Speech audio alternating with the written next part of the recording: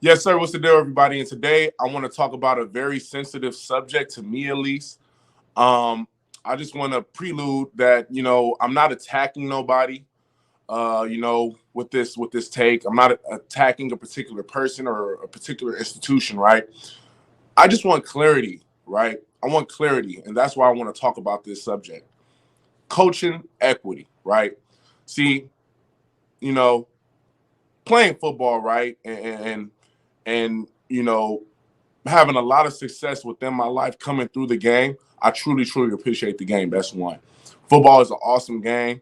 Uh, kind of always preach and talk about family, values, right? The right characteristics as a man you should have moving in this life, things of that nature, right? And you look at coaches, right, as kind of father figures when you're playing football, right? Being in LA, right? A Coach T, a Coach Grant, a Coach Featherstone, Coach KT, a Coach Kirk, right? Uh, Coach Rowe.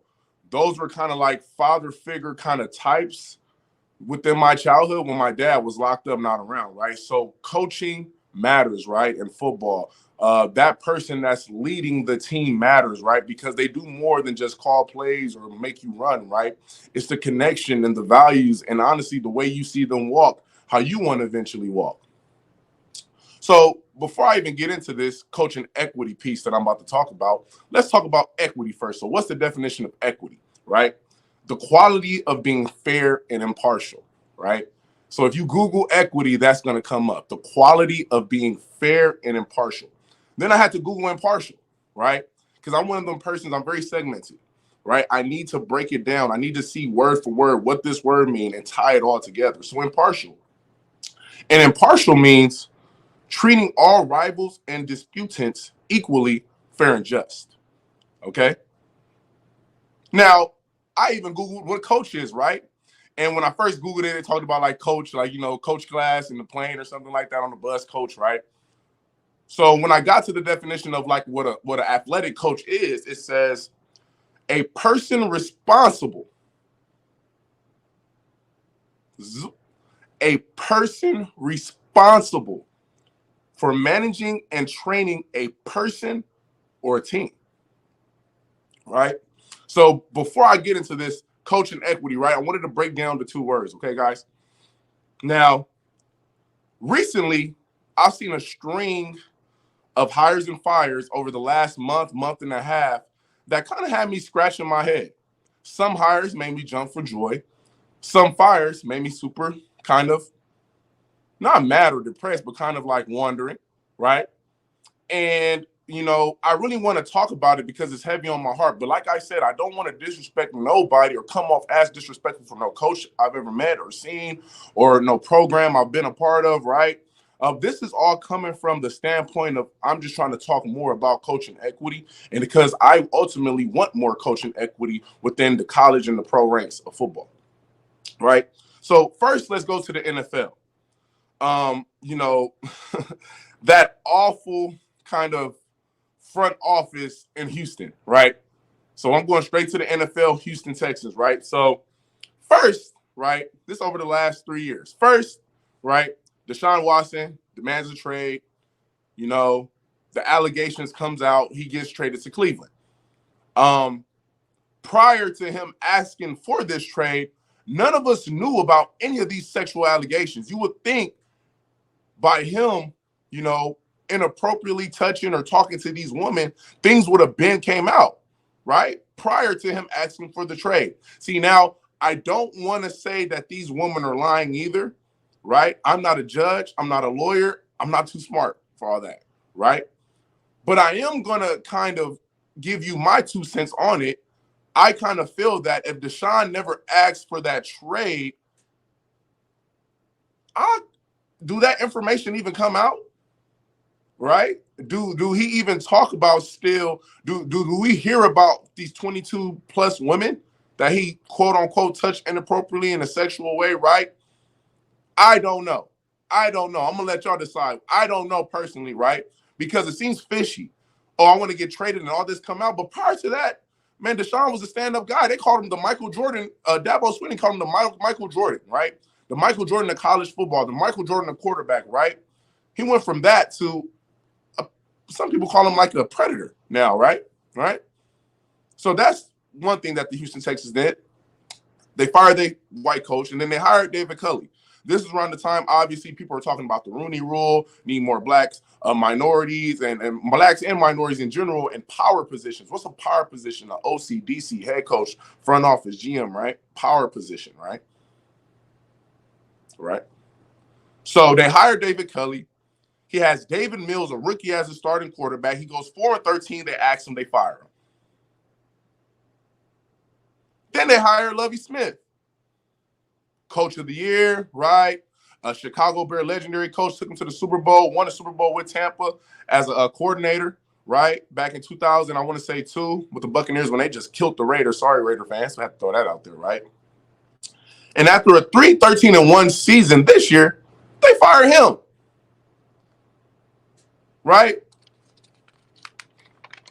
Let's not fool ourselves. This is a quarterback league. You need a quarterback in the NFL to win, period. If you don't have a quarterback, you're not going to win. So how in the hell do the Houston Texans think that Lovie Smith and David Culley was going to win anything without Deshaun Watson? Blows my mind. Then I look a little bit more Midwesty, Northy, right, to Cleveland. Kevin Stefanski, great coach, right? In 2020, led with him and Baker Mayfield, led them to a first-round win over the Steelers. After that win, the next year they were Super Bowl favorites. This year they're coming out the AFC North. Kevin Stefanski's had underachieved for the past 2 seasons in Cleveland, and I ain't had heard a no reporter, or no newspaper, or no social media post about him being fired. With the Baker Mayfield last year at quarterback, with the Deshaun Watson the last 7 games of the season. So how come David Culley and Lovie Smith, with the worst roster in football, get fired consecutively, but this man, Kevin Stefanski, with the best roster in football, some will say, the most talented roster in football, you will say, stay around, right? To me, make it make sense, right? Equity, right? There's 58% black African Americans in the NFL, but only 2 black head coaches right now. Todd Bowles, right? We got Todd Bowles over there in Tampa. Mike Tomlin in Pittsburgh. And a lot of people always bring up, look at Mike Tomlin. And Mike Tomlin is what I call an outlier. If you don't know what an outlier is, Google it. He's an outlier. 2 black head coaches in a league that's 58% African American. You tell me that if that sounds right or not. Recently, Cliff Kingsbury from Arizona, head coach, got fired. Byron Leftwich yesterday got fired, Tampa Bay OC. 3 of the last 4 seasons, Byron Leftwich have called plays for one of the most explosive offenses in the NFL. Last year, he was this close from getting the Jacksonville Jaguars job, but he came back to help out Todd Bowles, help out Brady. Wanted to interview for the Buccaneers job, didn't get it. I'm not tripping because Bowles got the job, but brother-in-law as the head coach. So I'm not tripping, right? They fired him yesterday because, he had Tom Brady and he couldn't win. Let's be real, man. Tom is the GOAT, but he didn't play that well this season. They had injuries galore. Julio was unhealthy all season. Mike Evans had some bump and bruises. Godwin coming back from the ACL. Like, what the hell do you expect? Man, most explosive offense 3 out of 4 years, right? Without a job now. You tell me if that's right. Right? You tell me if that's right. But then you got Cliff Kingsbury with Kyler Murray, good roster, D-Hop. He gets fired, right? But the perception is different. He's coined an offensive genius. Cliff Kingsbury is an offensive genius. Byron Leftwich had Tom Brady. Cliff Kingsbury in 2 years will be a head coach again, whether college and NFL. Byron Leftwich, I don't even know if he'll get an OC job this next season. Make it make sense, right? And then I want to move on to the college ranks, right?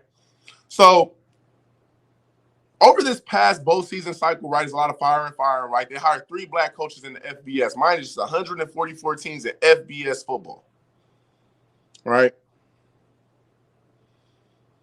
There's only 14 black head coaches out of 144 schools in an NCAA football division of football, which is 48% African American. Make it make sense. So, I can't go look at SC. I can't go look at UCLA. I can't go look at Oregon. I can't look at Arizona. I got to look at my own college, right? So I pulled a sample size from my own college. And before I even talk about this, I love my school. Y'all see me with the X's and O's series, partner up with CougarFan.com. I went to games, did some booth work, right? Anytime a coach out here, I always try to hit them up to connect, right? I'm a Coug. I'm from LA, but I'm a Coug through and through. I love my school. So I'm not dissing Dickert. I'm not dissing nobody on that staff. I'm not dissing the AD, right? Excuse me. I'm not dissing the AD, right? This is all strictly equity perception, equity standpoint. Recently, our OC and our DC both left. OC, head coach at North Texas, DC at Arizona State now. They hire 2 white guys as the OC and DC to replace the 2 white guys that just left as the OC and DC. Mind you, Coach Dickert is a DC head coach, right? So technically, he could have gave a minority a shot as a quote-unquote DC, knowing that he's still going to be the DC, right?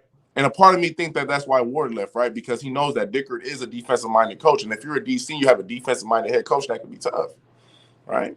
That could be tough, right?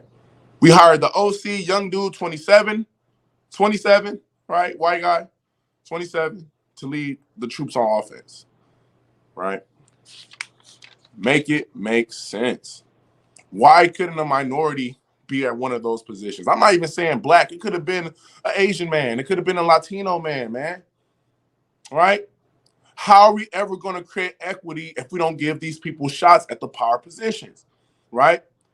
I did my research. The last black coordinator at Washington State was from 1991 to 1993. That man's name was Ted Williams. Ted Williams actually from LA, so shout out Ted, right? From the city up.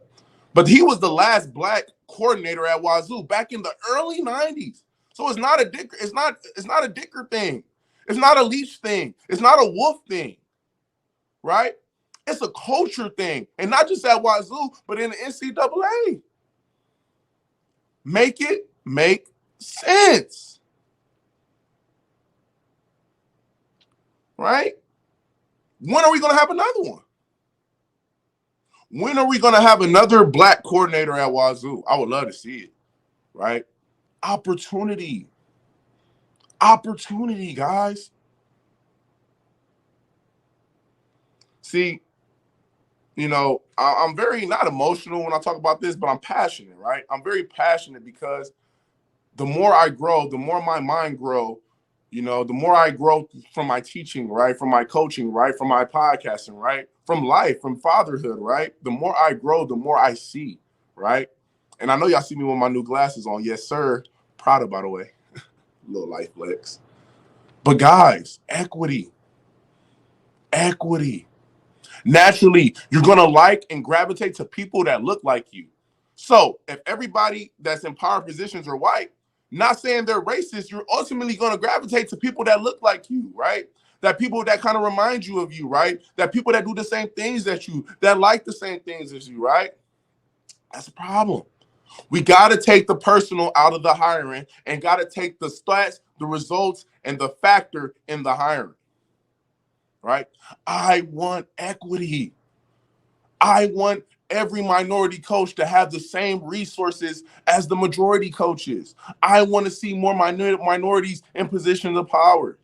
Going even from the lower ranks of college coaching, I see white kids get GA jobs and quality control jobs and assistant jobs all the time. But then my black brothers have to start at some D3s and D2s. Like, why can't they start at the D1s too?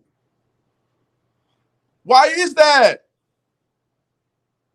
Why do we always got to start at the bottom? And as we're working on the way up, we still don't get up. Make it make sense. Make it make sense. Right?